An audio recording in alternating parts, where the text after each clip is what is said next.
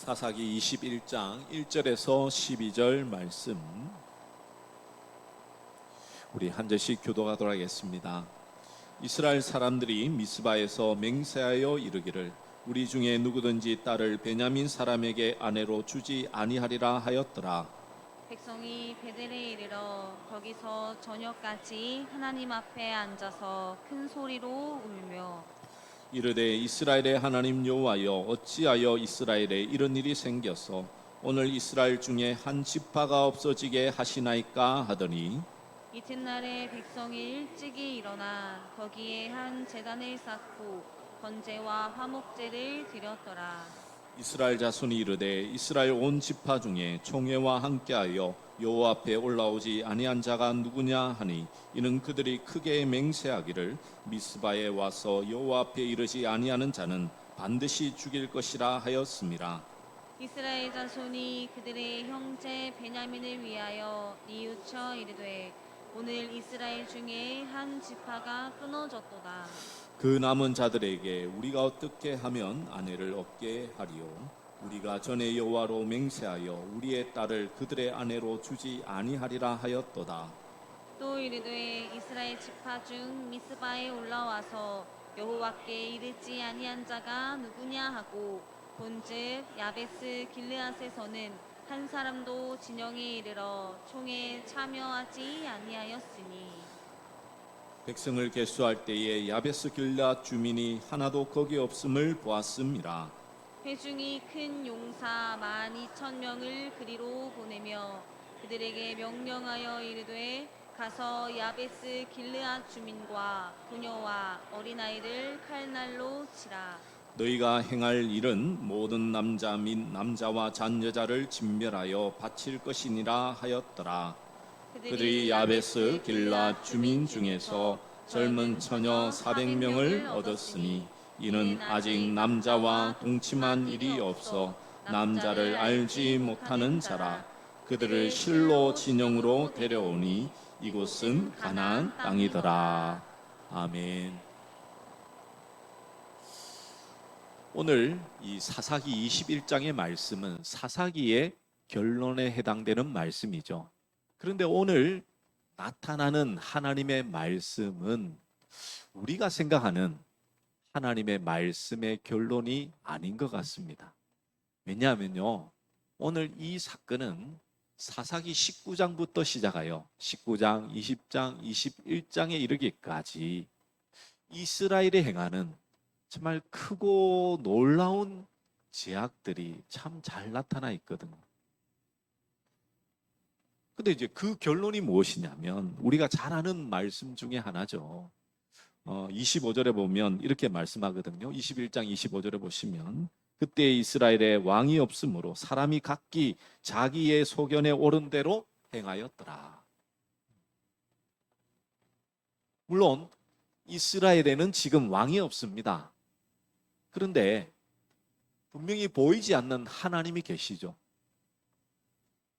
근데 하나님을 인정하지 않으면서 각자 자기의 소견, 이 소견이라는 것은 눈이라고 생각하시면 됩니다. 눈에 보이는 대로 행하고 있는 것이 바로 지금 이스라엘이다라고 말씀하고 있더라는 것입니다. 사사기에는 그때의 왕이 없으므로라는 단어가 이제 어떻게 보면 수거처럼 문장이 4번 등장합니다. 앞서 말씀드린 대로 이제 마지막에 이제 결론에 해당되면서 19장부터 자기의 소견대로 행하는 일이 무엇인지를 이렇게 상세히 말씀하고 있죠. 근데 그것으로 이제 결론을 내고 있습니다. 그렇다는 것은 무엇입니까? 여러분 한번 생각해 보시면 이스라엘이라고 하면 가장 먼저 떠오르는 것이 바로 하나님을 섬기는 백성이잖아요. 그러면 하나님을 섬기는 백성이라면 하나님께서 정해놓으신 규례와 법칙들, 하나님의 말씀들을 따라 살아가는 것이 그들의 삶의 모습이어야 되는 것입니다. 그런데 그들은 하나님의 말씀과는, 하나님의 뜻과는 다르게 어떻게 하냐면 자기의 소견, 눈에 보이는 대로 행하고 있더라는 것이죠. 그러면 오늘 말씀을 통해서 과연 자기의 소견대로 행하는 것이 무엇을 의미하는지, 그러면 우리는 무엇을 통해 하나님 앞에 살아가야 되는지 오늘 주의 말씀을 통하여 함께 상고하여 그 말씀 앞에서 주님이 말씀하시는 대로 살아가시는 우리 모든 믿음의 종들 되시길 간절히 축복합니다. 예.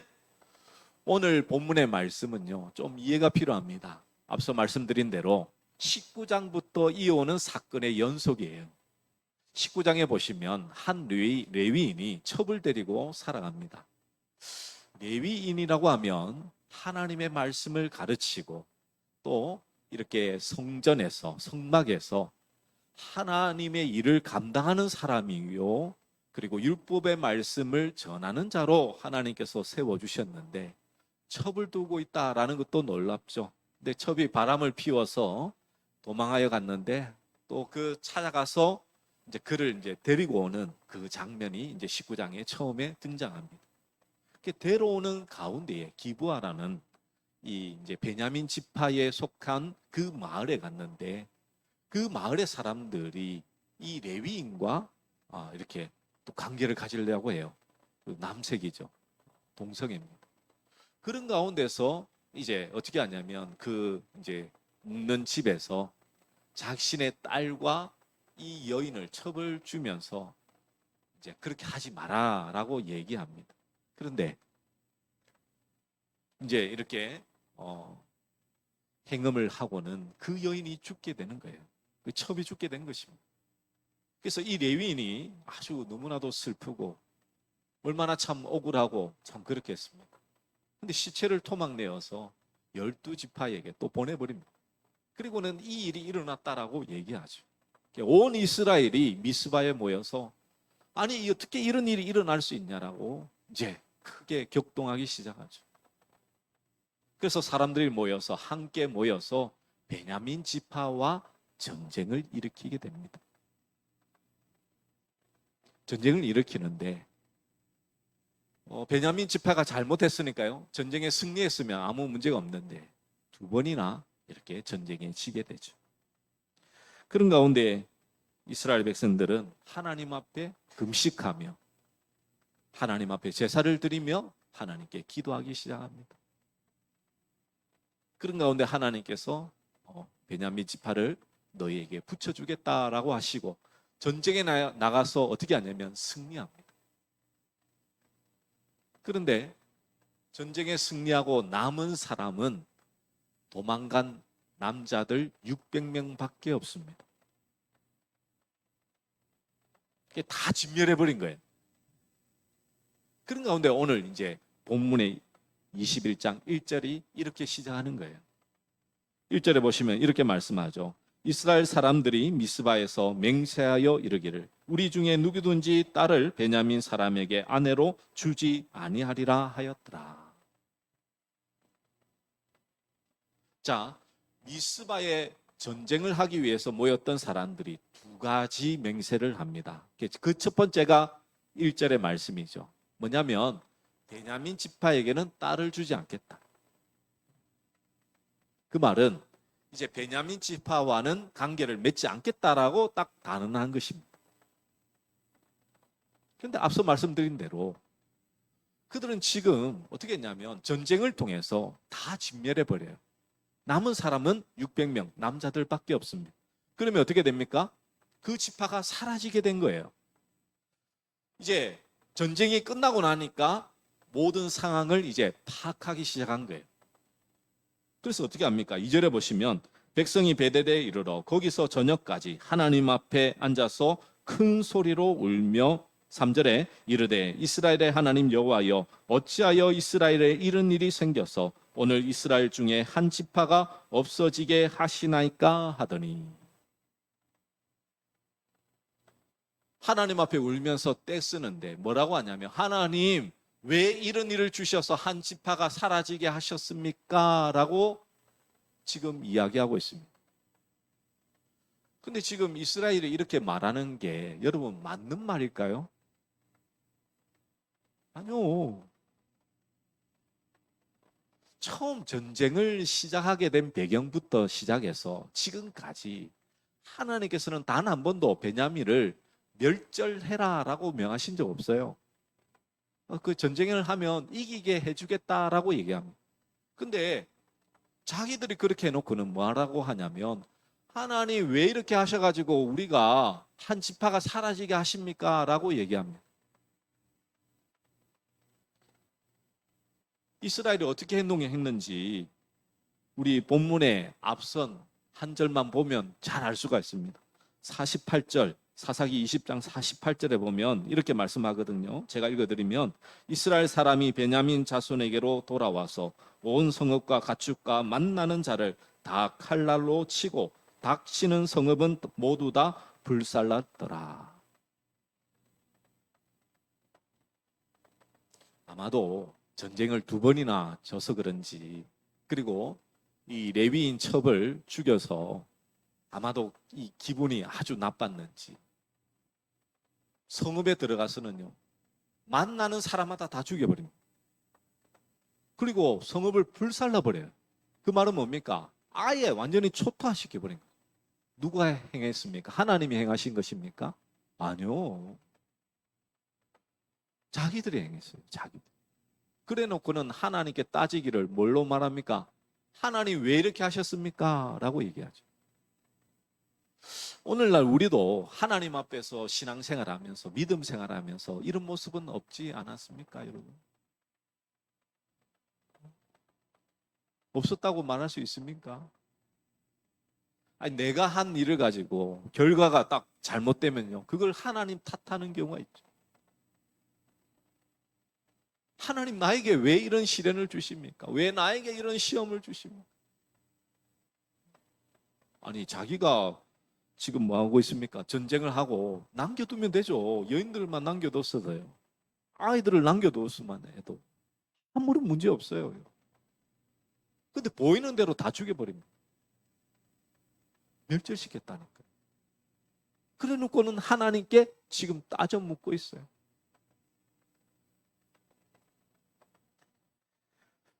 사절에 보시면 하나님 앞에 또 이제 잘못했다고 이제 또 제단을 쌓고 번제와 화목제를 드리죠.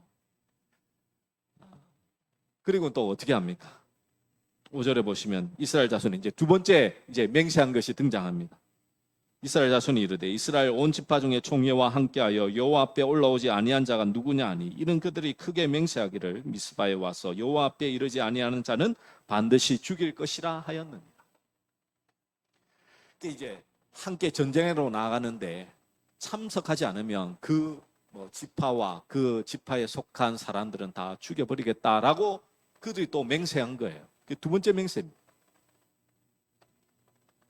근데 보니까 누가 참석하지 않았습니까? 바로 야베스 길앗의 그 사람들이 참석하지 않은 거예요. 근데 그것을 보고는 또 어떻게 합니까? 찾아가서는 또 여자만 남겨두고는 다 죽여버려요.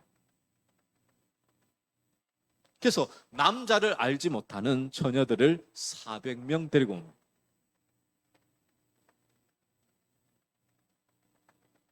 그러면 200명이 부족하죠. 그 200명이 부족해서 어떻게 하냐면요, 실로라는 것은 여호와의 법궤가 있는 곳이었습니다. 절기 때가 되면 사람들이 와서 춤추며 하나님께 이렇게 예배하며 이렇게 즐기는 그런 절기가 있었던 것 같아요. 그때에 베냐민 200명에게 너희 가서 이제 처녀들을 데려다가 자기 아내로 삼으라라고 이야기합니다. 그게 지금 오늘 이 21장의 마지막이라니까요. 이게 이제 결론의 끝이에요.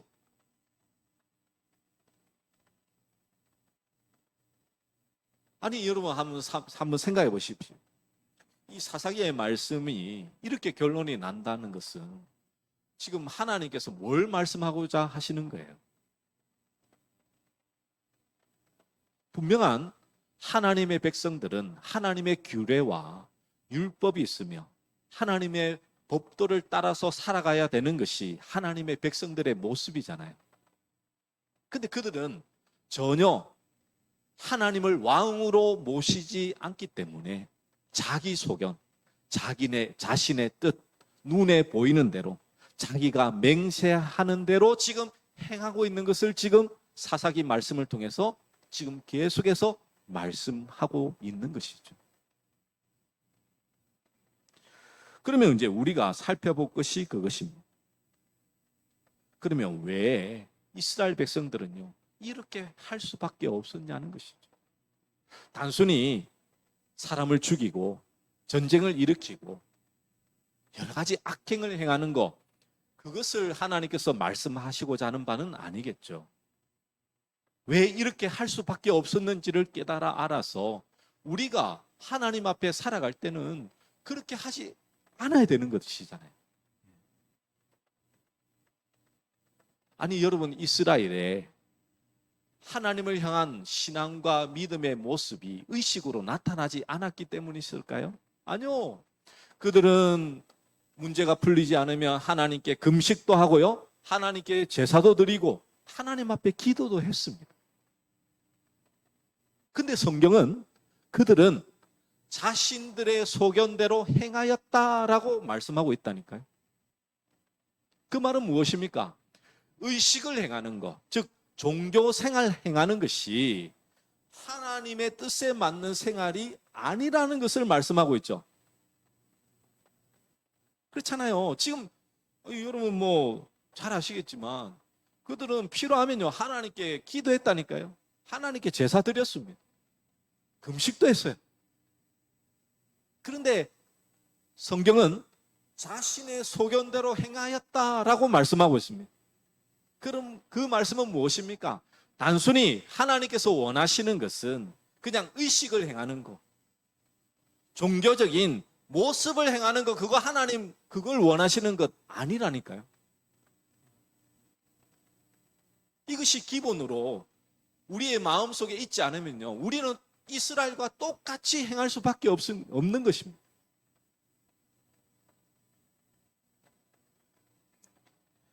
여러분, 이스라엘 백성들은요, 그들은 하나님 앞에 제사만 잘 드리면, 11조만 드리면, 금식만 잘하면 그들은 모든 것이 잘 될 것이라고 생각했습니다.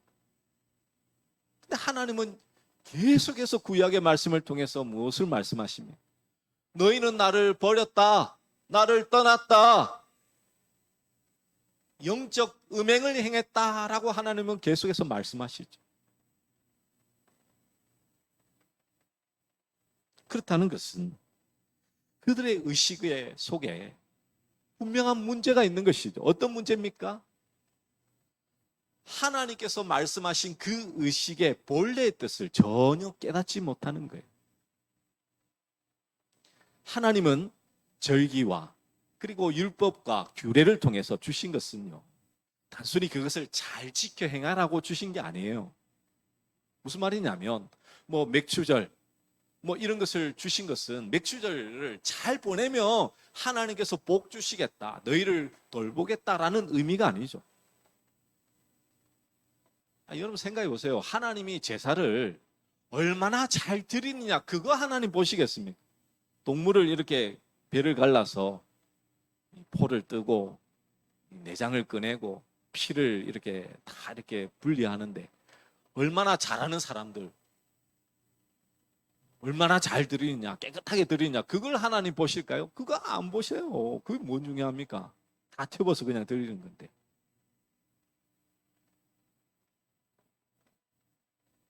맥주절 드리라고 했다고, 장막절을 드리라고 했다고, 그 절기를 잘 지키는 게 정말 하나님을 기쁘시게 하는 것이었냐고? 아니죠. 왜 하나님께서 그 절기를 주셨고 그 날을 주셨고 왜 하나님께서 이런 말씀을 주셨는가를 깨닫고 하나님의 마음을 헤아려서, 아, 하나님의 뜻이 이런 것이구나, 그 뜻에 따라 내가 순종하며 살아가는 것이 내가 정말 하나님을 사랑하는 것이구나, 하나님은 그것을 원하셨던 것이죠. 근데 이스라엘 백성들은 그것을 전혀 알지 못했던 거예요.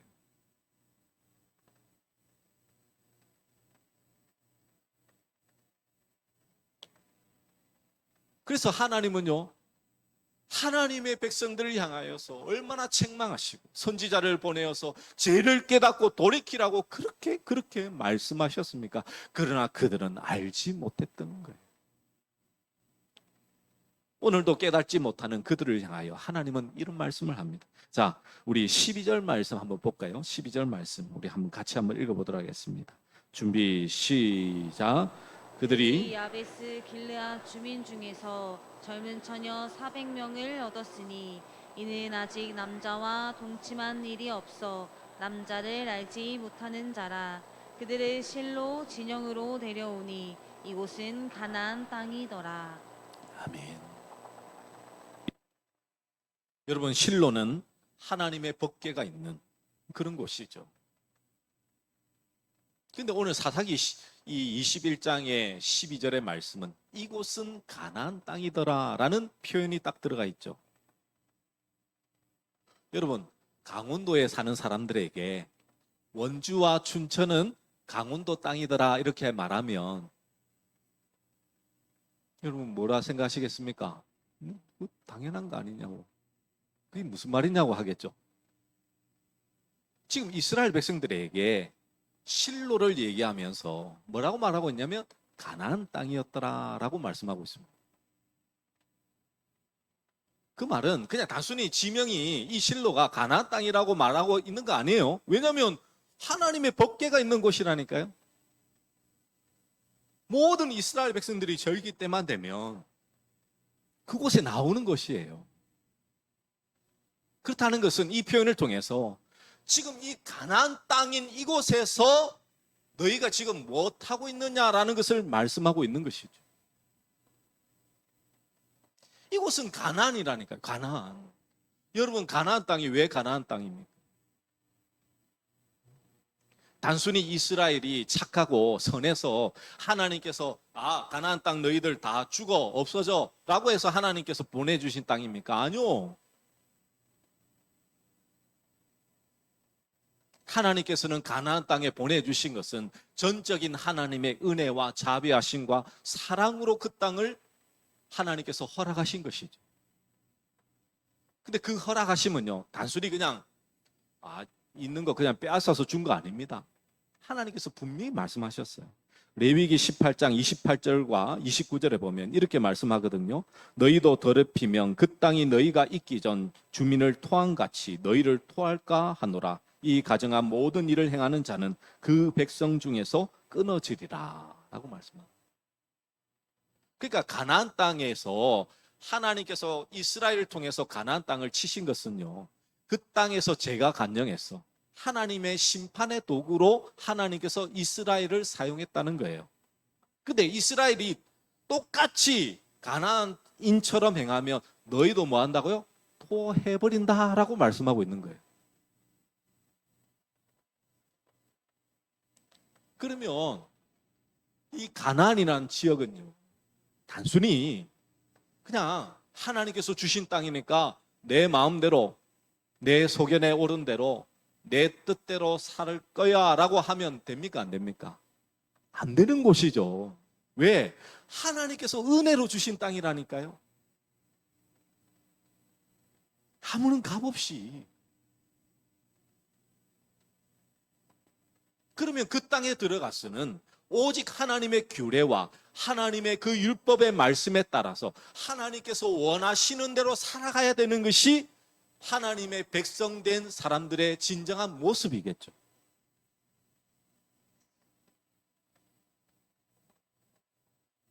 그런데 그들은 자기가 맹세한 대로, 여러분, 맹세가 하나님께서 명령하신 것도 아니고 하나님의 뜻과는 전혀 다르죠. 이게 뭐 죄악이잖아요. 죄악. 어떻게 사람을 멸절시키고, 아니 첩을 죽였다고 해서 그 족속을 다 멸하는 게 맞습니까, 여러분? 그렇지 않잖아요. 그 잘못한 자들에 대해서 책임을 묻는 것은 당연한 것이죠. 근데 자기 마음대로 맹세하고, 또 야베스 길르앗은 무슨 죄입니까? 총회 참석 안 했다고 그들을 또 멸절시키고.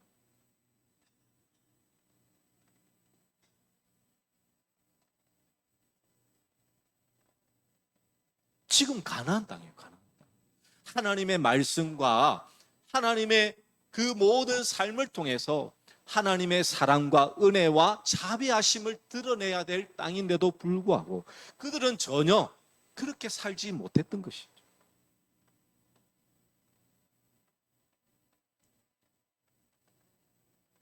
자신들에게 문제가 발생했을 때 자신의 힘으로 문제를 해결하기 위해서 수단과 방법을 동원하는 것이 아니라 먼저 어떻게 하는 것이 하나님을 드러내는 것인가?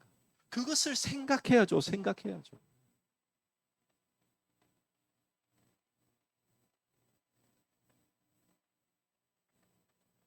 오늘날 이 시대를 살고 있는 우리들에게도 동일하게 적용해 보면 그렇습니다.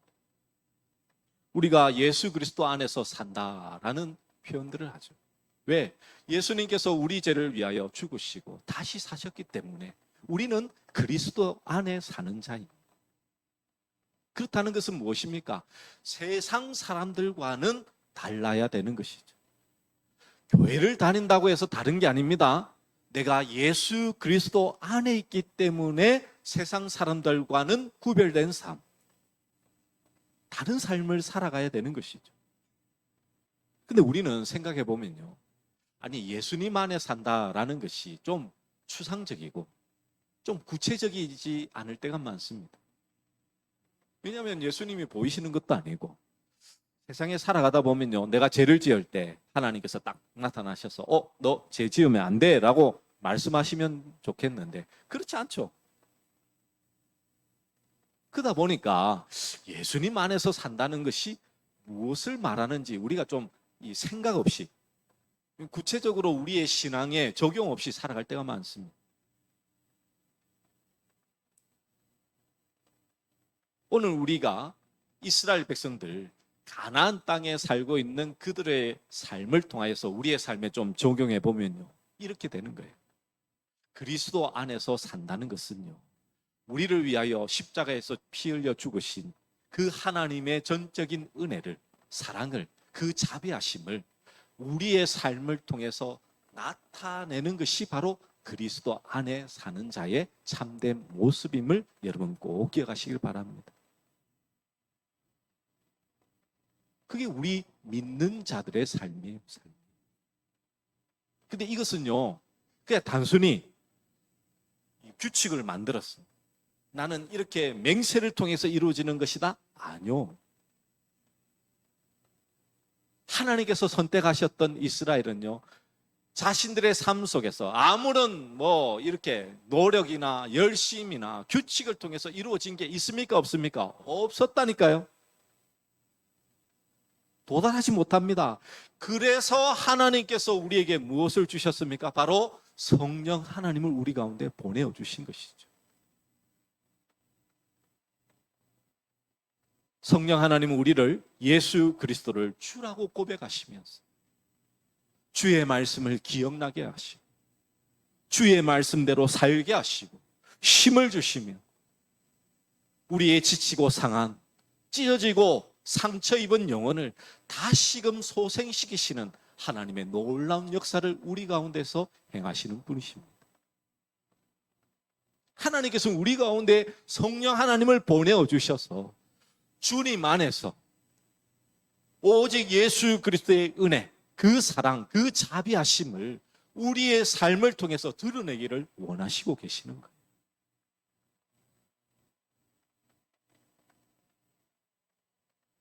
그래서 우리의 신자의 삶이라는 것은 다른 것이 아닙니다. 오직 그리스도의 성품, 성령의 열매, 그것이 우리 안에서 어떻게 됩니까? 자연스럽게 나타나야 되는 거예요. 혹자들은요, 교회를 오래 다닌 분들은 교회 다녀봐도 별반 다를 게 없어.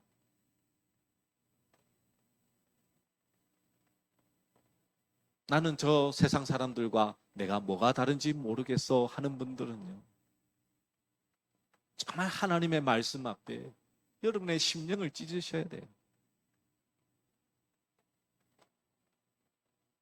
우리 안에 계신 성령님이 지금 통곡하고 계시며 아파하고 계심을 전혀 깨닫지 못하고 있는 것이죠.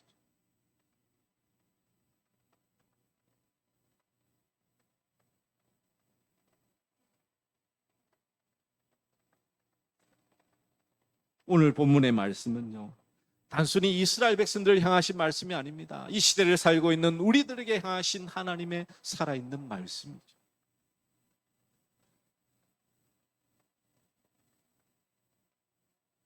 이곳은 가나안 땅이다.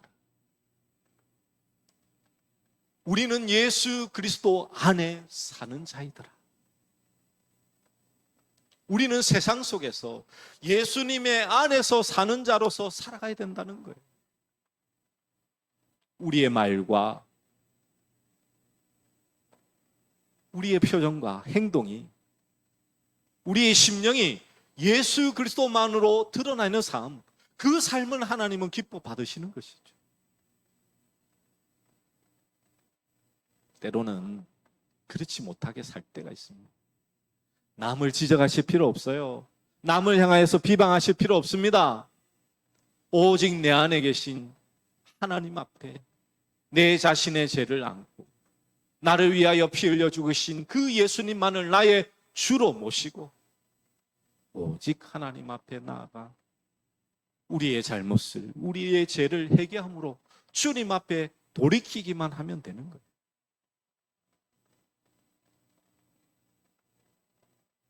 그래서 우리의 마음이 오직 하나님의 마음을 합한 자로서, 그 마음이 우리 마음속에서 나와야죠.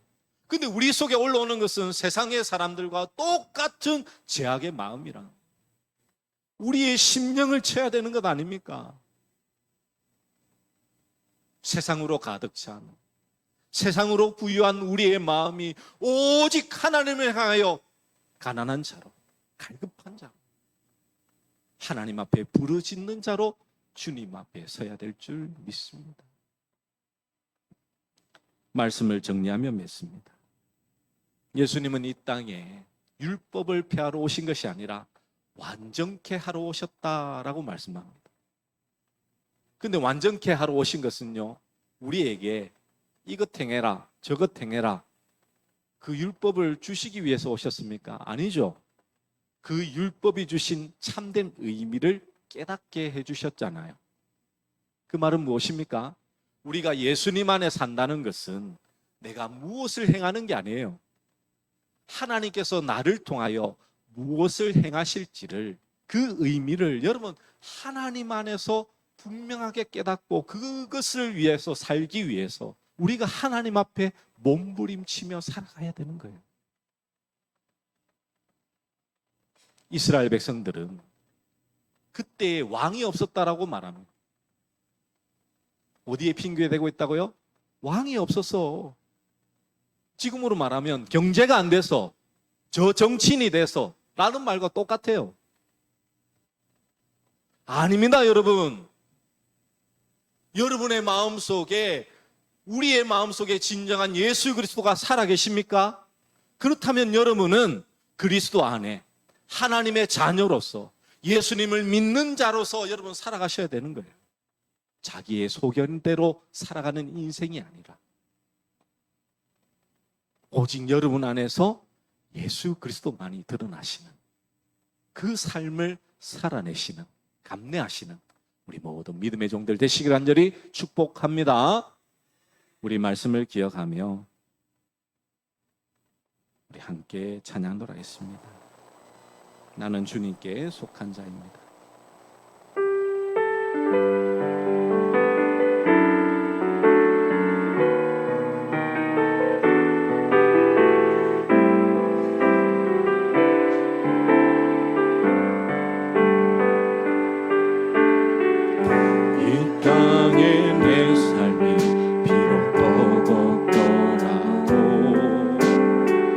주님의 선하신 나 믿으며